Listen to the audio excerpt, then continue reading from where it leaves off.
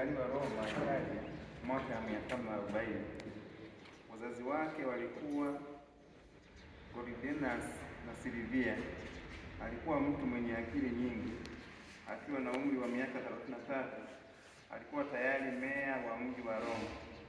Baada ya kufiwa na baba yake, alitumia urithi wake kujenga monasteri mmoja Roma na monasteri 6 kisiwani Sisilia.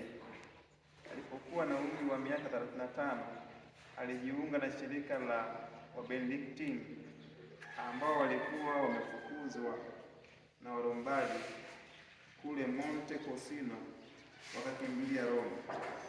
Gregori aligeuza nyumba yake kuwa monasteri na yeye mwenyewe akawa monaki, akapewa ushemasi. Alafu alipelekwa kama balozi wa Papa Konstantinopoli, Uturuki. Akakaa huko kuanzia mwaka 579 hadi 586 na kurudi kwenye monasteri yake mjini Roma, Italia, na akateuliwa kuwa abate wa monasteri hiyo. Tarehe 3 Septemba 590 aliteuliwa kuwa papa, akawa mtawa wa kwanza kuteuliwa kuwa papa. Papa Gregori alifanya bidii kubwa katika kuinjilisha hata akafanikiwa kuwabatiza Walombardi walioishi Italia ya kaskazini, na pia akafanikiwa kupanda mbegu ya imani katika nchini Uingereza. Siku moja akiwa monaki bado, alikuwa akitembea mjini Roma, akafika sokoni walipokuwa wakiwekwa watumwa wa kuuzwa.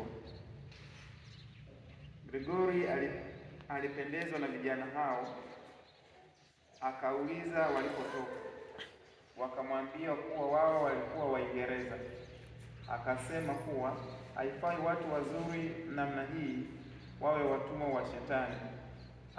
Akaenda kwa Papa kumwomba awapeleke mapadri huko Uingereza wapate kuwaongoza watu wa huko. Akaomba pia yeye mwenyewe awe mmoja wao. Papa akakubali, lakini baada ya muda kidogo aliambiwa arudi Roma kufanya utume huko.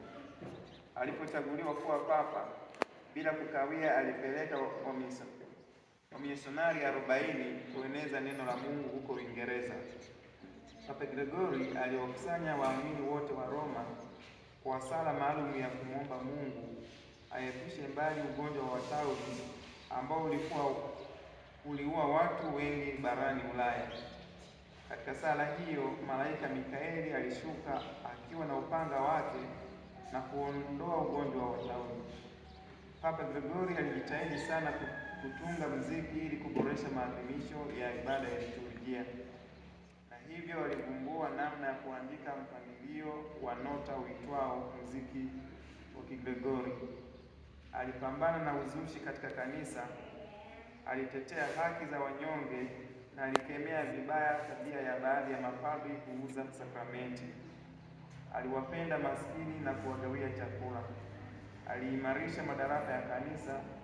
Aliwaambia wafalme kuwa wajibu wa mapadri ni kulinda imani ya kanisa na kwamba papa ana mamlaka makubwa kuliko mtaguso, na kuwa mtaguso au sinodi lazima itishwe na papa ili iwe halali, na maamuzi ya mtaguso au sinodi lazima yaidhinishwe na papa ili yawe rasmi mafundisho ya kanisa. Papa Gregori aliandika mambo mengi kuhusu imani na maadili bora ya Kikristo. Pamoja na cheo chake kikubwa, Papa Gregori alikuwa mnyenyekevu sana. Katika barua zake alizoea kujiita mtumishi wa watumishi wa Mungu. Tangu wakati huo hadi leo hii mapapa wote hujiita hivyo. Kazi yake katika kuieneza na kuimarisha imani ya Kikristo inadhihirisha ya kwamba yeye alikuwa mchungaji wa kweli, hata akapewa jina. Papa Gregori aliongoza kanisa